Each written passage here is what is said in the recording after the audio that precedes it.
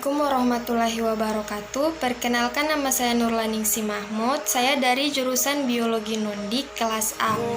Di sini saya akan menjelaskan dan mempresentasikan tentang analisis data ketersediaan sumber daya pangan yang berada di Kecamatan Dulupi, Kabupaten Bualemo. Baik, pertama kita bahas dari jenis sumber daya pangan yang ada di Kabupaten Bualemo, Kecamatan Dulupi. Di sini kita bisa melihat gambar dari sumber daya pangan di Kecamatan Dulupi, Kabupaten Bualemo.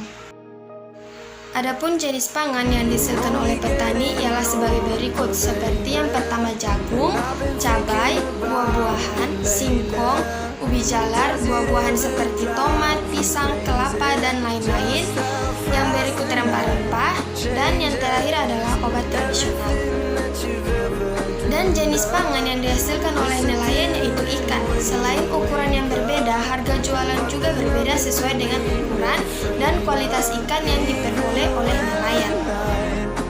Peternakan merupakan salah satu penghasil utama protein hewani yang sangat dibutuhkan masyarakat, yang dalam pembudidayaannya membutuhkan tanah atau lahar dan air.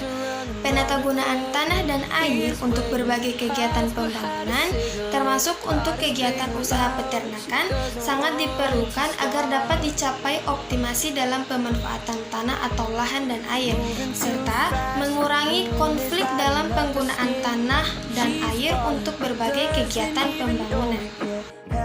Baik, yang berikut ialah perencanaan pengembangan unggulan tanaman pangan perlu dilakukan dengan mempertimbangkan aspek ekologi, ekonomi, dan sosial sehingga dapat mendukung keberlanjutan kegiatan pertanian tanaman pangan.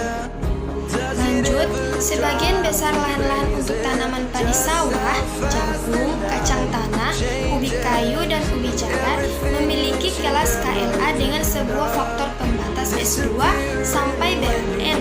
Faktor-faktor pembatas tersebut yaitu angka udara, media perakaran, bahaya banjir, prevensi hara, dan kegaraman. Yang berikut yaitu budidaya tanaman pangan terus digalakan oleh pemerintah Kabupaten Bualemo dalam upaya pemenuhan makanan yang beragam, bergizi, seimbang, dan aman. Keragaman pangan sangat penting untuk membuat kandungan gizi dalam satu porsi makan menjadi seimbang dan aman. Baik, sekarang kita akan membahas tentang daya dukung pangan dan gizi. Yang pertama yaitu daya dukung ekosistem.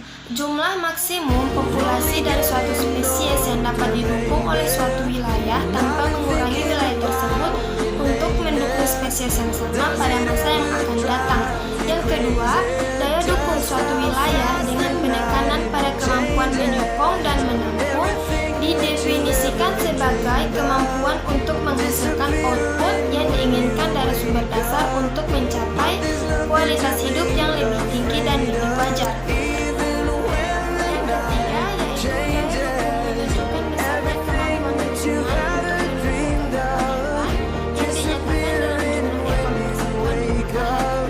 Jumlah hewan yang dapat hidup kehidupannya itu tergantung pada biomas atau bahan organik tambahan yang tersedia untuk hewan.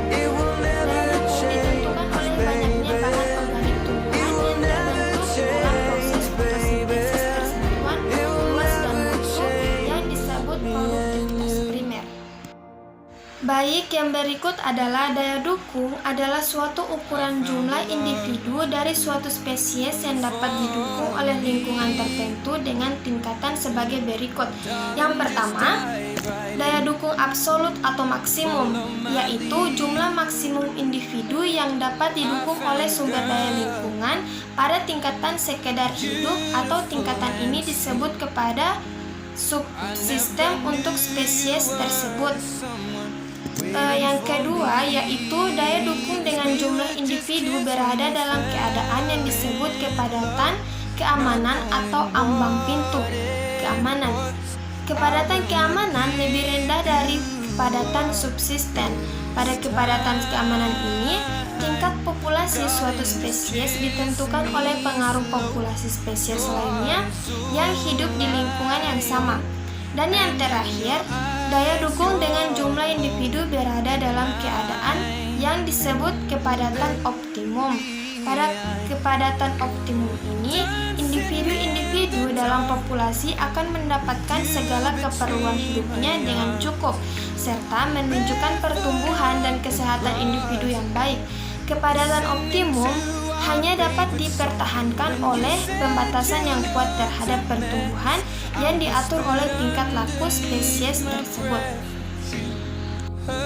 Baik, cukup sekian penjelasan dari saya. Kurang dan lebihnya saya mohon maaf. Wassalamualaikum warahmatullahi wabarakatuh.